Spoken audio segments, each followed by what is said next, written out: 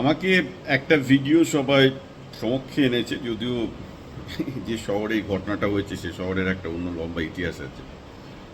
ঘটনাটা হচ্ছে দেখা যাবে যে ফিস্কো শহরের টাউন হলের পাশে একজন আমেরিকান ভারতীয় পতাকা, সরি, আমেরিকান ভারতীয় পতাকা ছিঁড়ে ফেলছে এবং ভারতের উদ্দেশ্যে কটূক্তি করছে।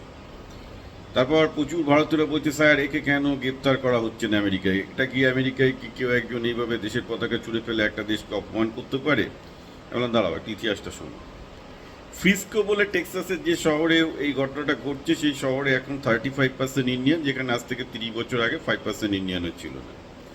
এই শহরটিকে ভারতবর্ষের একটি পার্টিকুলার কমিউনিটি, তেলেগু কমিউনিটি, মোরাললেস টেক ওভার করেছে। তারা সেখানে গরু পুজো থেকে শুরু করে অনেক রকমের আচার আচরণ করে, যেটা টিপিক্যালি ওখানকার যারা বহুদিনের থাকা নাগরিক তাদের খুব একটা ভালো লাগে না। কারণ যেটা হয় সেটা হচ্ছে এই যে আলটিমেটলি তাদের যে বিভিন্ন আমেরিকান টাইপের সব, মানে যে কোনো জায়গায় ইন্ডিয়ান কনসেন্ট্রেশন বেড়ে গেলে সেখানে আমেরিকান দোকানগুলো চলে যায়, তার বদলে ইন্ডিয়ান রেস্টুরেন্ট, ইন্ডিয়ান দোকান আসে।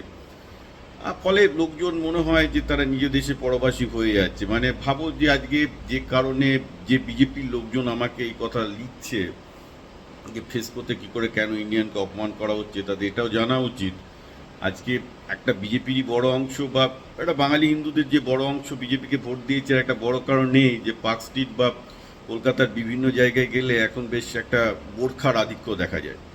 তো ভাল লাগে না যখন আপনি পশ্চিমবঙ্গের কোনো একটা শহরে দেখবেন যে ছোটোবেলায় তো বোরখা দেখেননি, এখন আশেপাশে শুধু বোরখা কালো কেউ ঘুরে বেড়াচ্ছে, আপনি বিজেপিকেই ভোটটা দেবেন, রাইট? তো আপনি মনে হবে যে আপনি encroach by the other foreign culture. যেখানে আরব কালচার কেন হবে? আমাদের বাঙালিদের তো একটা কালচার আছে। It's not a matter of Muslim or anything, matter of the fact is আপনি এটা করবেন না। ওখানেও সেটা হয়েছে, লোকজন যদি আশেপাশে দেখে যে সব কিছু ইন্ডিয়ান, শাড়ি পরছে, সালোয়ার কামিজ পরে ঘুরে বেড়াচ্ছে, রেস্টুরেন্ট সব কিছু ইন্ডিয়ান হয়ে যাচ্ছে, সব কিছু হচ্ছে, তো ফিস্কোতে এই ঘটনা হয়েছে। এবং যার জন্য ফিস্কো সিটি হলের একটা ইউটিউব চ্যানেল আছে, সেটা আপনারা যদি দেখেন মাঝে মাঝে, আমি ইউটিউব চ্যানেলটা দেখে আমি দিয়ে দিই, সেটা আমি মাঝে মাঝে প্রায় দেখি, সেখানে দেখবেন ওপেনলি ইন্ডিয়াকে খিস্তি মারছে। মানে ওখানে ইন্ডিয়ানরা সেই খিস্তির বিরুদ্ধে যেমন যুক্তি দিচ্ছে, বা উল্টো দিক থেকে ইন্ডিয়ানদের নামে, ইন্ডিয়া ভারত তাদের কান্ট্রির নামে জঘন্য টাইপের সিটি হলে খিস্তি দেওয়া হয়। সিটি হলটা একটা নাগরিক ডিবেটের জায়গা, সেখানে টেস্টিমনি নেয় যে কী হচ্ছে। কারণ আপনি জানেন যে আমেরিকা একটা ডেমোক্রেটিক কান্ট্রি, সেখানে টেস্টিমনি নেওয়া হয়। এবং সেখানে ওই সিটি হলে মানে ভারতের পতাকা ছেঁড়া তো কোনো ব্যাপারই না, তার থেকেও আর সব জঘন্য জঘন্য রেসিস্ট সব চলে। এবং তার বিরুদ্ধে ইন্ডিয়ানরাও সেই কিন্তু সেই সিটি হলেই গণতান্ত্রিক পদ্ধতি মেনেই তার বিরুদ্ধে প্রতিবাদও করছে। দুটোই আপনি দেখতে পাবেন সেখানে।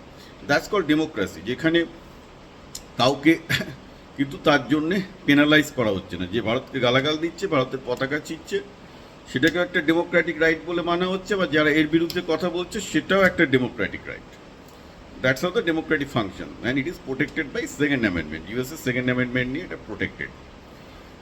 তো ঘটনাটা হচ্ছে যে আপনারা যারা এটা জানতে চান যে এর বিরুদ্ধে কেন আমেরিকা কোনো ব্যবস্থা নিচ্ছে না, সেখানকার লোকাল থানা কেন ব্যবস্থা নিচ্ছে না, তার কারণ হচ্ছে যে আমেরিকান সংবিধান মানুষের যেটা freedom of speech, freedom of expression, second amendment, তার জন্য এগুলো কিছুই হয় না। ইভেন আমেরিকাতে আপনি লোকজন আমেরিকান ফ্ল্যাগকেও, ভারতীয় ফ্ল্যাগ ভুলে যান, আমেরিকান ফ্ল্যাগের বিকিনি, আমেরিকান ফ্ল্যাগের লঞ্জেরি, আমেরিকান ফ্ল্যাগের মানে হেন কিছু নেই যে চলে না, তাতে আমেরিকান ফ্ল্যাগের কোনো অপমান হয় না, কারণ that's a freedom of expression protected by second amendment.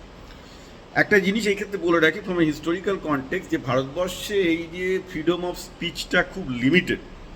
এবং ভারতবর্ষের ফ্রিডম অফ স্পিচ ইন্ডেক্সে গোটা পৃথিবীতে 180টা দেশের মধ্যে 160তম। ওকে, ভারতবর্ষে কিন্তু বাক স্বাধীনতা খুবই লিমিটেড। 180টা দেশের বাক স্বাধীনতা নিয়ে ইন্ডেক্স করলে ভারত মানে 160-র কাছাকাছি র্যাঙ্কিং। ইভেন আরব দেশগুলোর থেকেও পিছিয়ে আছে, বাংলাদেশ পাকিস্তানের থেকেও পিছিয়ে আছে। শুধু ভারতের থেকে পেছনে আছে চায়না, বোধহয় পাকিস্তান, নর্থ কোরিয়া, এইসব দেশগুলো। সো এইটা ভাবতে হবে কি ফ্রিডম অফ স্পিচ, যে বাক স্বাধীনতা কিন্তু ভারতে আইনগতভাবে অতটা নেই। তার কারণটা হচ্ছে এই যে ভারতে এই যে বাক স্বাধীনতা নেই, সে আইনটা কোত্থেকে এসছে? সে আইনটা এসছে ব্রিটিশ আইন। একদিকে ভারতের সংবিধান গণতন্ত্রের কারণে বাক স্বাধীনতা দিচ্ছে বলছে, কিন্তু অন্যদিকে আইনটা কিন্তু ব্রিটিশদের। যে ব্রিটিশদের সময়ে ভারতীয়দের কোনো স্বাধীনতা ছিল না, যে ব্রিটিশদেরকে রাজনৈতিকভাবে সমালোচনা করে, এবং সেই পুলিশি আইন, যে পুলিশি আইন লাস্ট 1919 প্রায় আজ থেকে 100 বছর আগে করা হয়েছিল, সেই আইনই ভারতে বলবৎ। ভারতে সেই আইন মোতাবেকে গডচারের দিকেও যেমন জেলে ঢোকানো যায়, তেমন বিরোধী পক্ষের যে কোনো লোককেই জেলে ঢোকানো যায়। আমেরিকায় সেটা যায় না। আমেরিকা প্রথমেই যখন স্বাধীন হয় কী করে, ব্রিটিশ আইন ছুঁড়ে ফেলে দেয়। যে আমেরিকা তার নিজের আইন, নিজের সংবিধান, কারণ আমেরিকাতে যে লোকগুলো করেছিল, থমাস জেফারসন, তো উনি তো সংবিধান লিখেছিলেন, তিনি একজন পলিটিক্যাল পণ্ডিত ছিলেন। ভারতে বাবা সাহেব কিন্তু সংবিধান লেখেননি, এটা খুব ভুল ধারণা। তাকে সংবিধান কমিটির চেয়ারম্যান করা হয়েছিল, সংবিধান কমিটির ড্রাফটিং কমিটির চেয়ারম্যান করা হয়েছিল, তাকে কোনো কাজই করতে দেওয়া হয়নি। তিনি এটা বলেছিলেন যে ভারতবর্ষের যে সংবিধানটা আমরা দিচ্ছি এটা ডিফাঙ্ক, ঠিক হচ্ছে না, কংগ্রেস জোর করে এইসব ভুলভাল কাজ করাচ্ছে। আপনারা ইতিহাসটা পড়ুন, পড়লেই জানতে পাবেন যে ভারত ডিরেক্টলি ব্রিটিশ জিনিসটাকে, পুরোপুরি কলোনিয়াল স্ট্রাকচারটাকে, সেখানে আইএস থাকা, আইপিএস থাকা, সরকারের বিরুদ্ধে কথা বললে জেলে যাওয়া ইত্যাদি সব কিছু একটা ড্রাকোনিয়ান স্ট্রাকচার, যেটা ব্রিটিশ কলোনিয়াল সিস্টেম ছিল, ব্রিটিশ রুল ছিল, সেটাকে অ্যাডপ্ট করেছে। যার জন্য ভারতে কেউ যদি জাতীয় পতাকার অবমাননা করে, জাতীয় পতাকাই করে, তাকে ভারতীয় আইনে জেলে দেওয়া যায়। আমেরিকায় ওরকম কোনো আইনই নেই। আমেরিকায় একটা লোকের পূর্ণাঙ্গ স্বাধীনতা আছে, তার রাষ্ট্রকে ক্রিটিসাইজ করা, তার রাষ্ট্রের পতাকাকে ট্র্যাম্পল করা।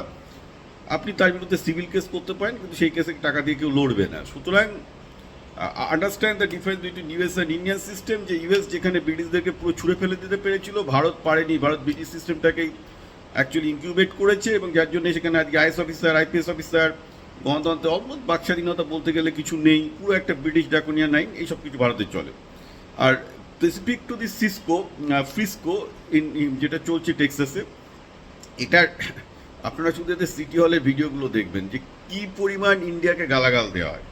বলে এই তোমাদের দেশে সব লোকজন প্রকাশ্যে রাস্তাঘাটে মলমূত্র ছাড়ে, রাস্তাঘাট হকাররা দখল করে বসে থাকে, তোমরা ওই দেশে কিছু করে খেতে পারবে না বলে আমাদের দেশে এসে এখন আমাদের দেশটাকে নষ্ট করছো, এই সব কথাবার্তা বলে, which is no Indian can deny, because this is a fact.